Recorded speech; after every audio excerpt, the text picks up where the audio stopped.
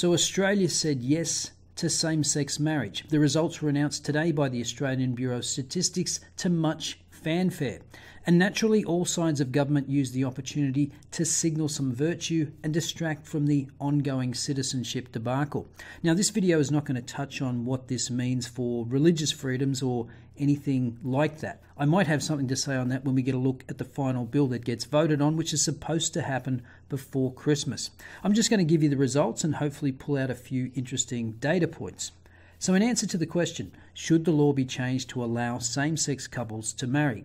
61.6% said yes and 38.4% said no, which is in line with the most recent polling data.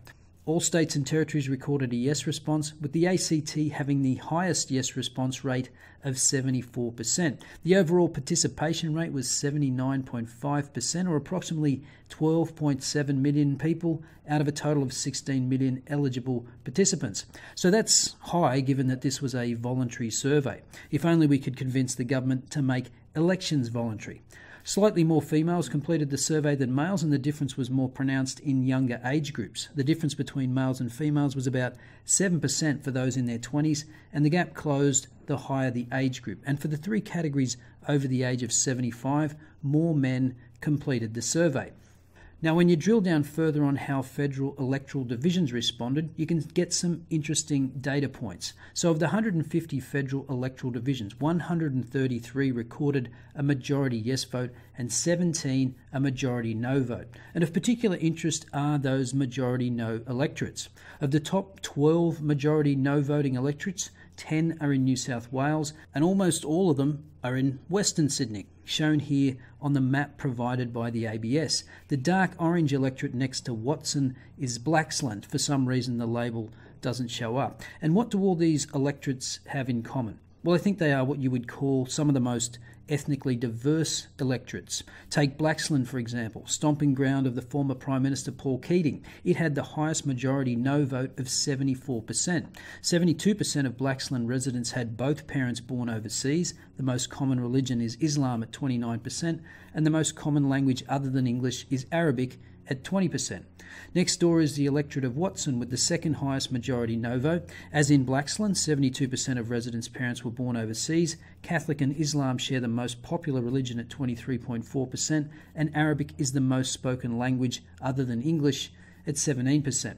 Now, another interesting data point on those top 10 New South Wales Sydney electorates with a majority no vote is that 9 of them are Labor seats. Now, the Labor Party is constantly touting its progressive credentials. The Labor Party was on board with the narrative that to have a public plebiscite on same-sex marriage would be harmful to gay people. Specifically, it might cause young gay people to commit suicide.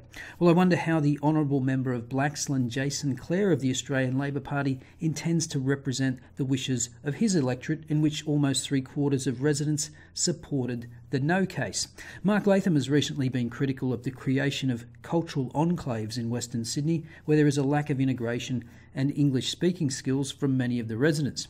I know. No English? Yeah. Okay. About the English language skills in Fairfield, do you think? Sorry, no speak English. You don't speak English at all? Arabic. No, only Arabic. Arabic?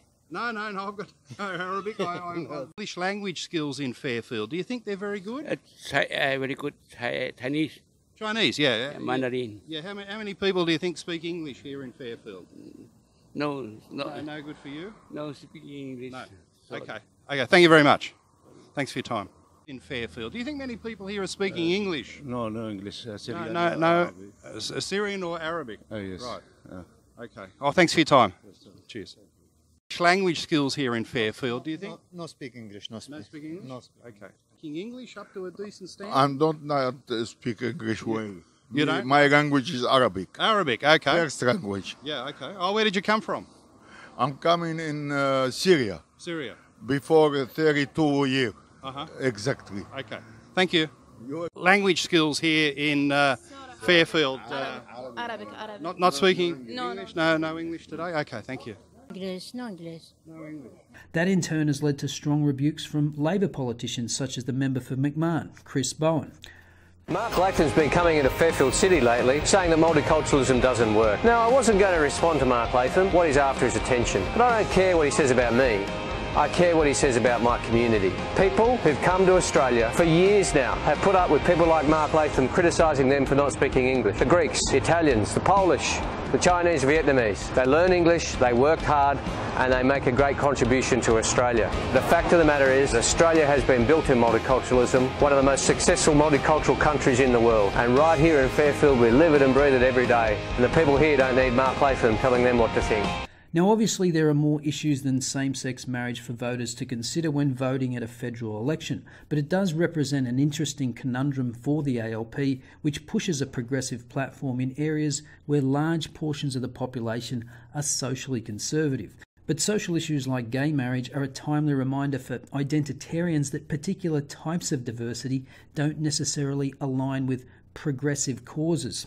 And of course, there are some conservative politicians that face a stark contrast in their personal beliefs and those of their electorates. For example, Tony Abbott was quite vocal in his support for the no case. However, 75% of residents in his seat of Warringah supported the yes case. And again, the residents of Warringah obviously consider a range of issues when voting at federal elections. But politics does make for interesting bedfellows. Conservatives are usually tougher on issues such as immigration, refugees and welfare, but are actually more aligned with communities with high proportions of immigrants on social issues.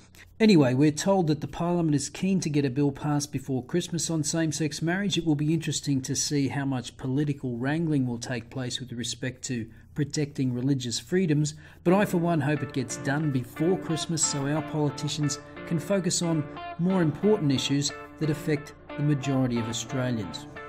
I'll see you next time.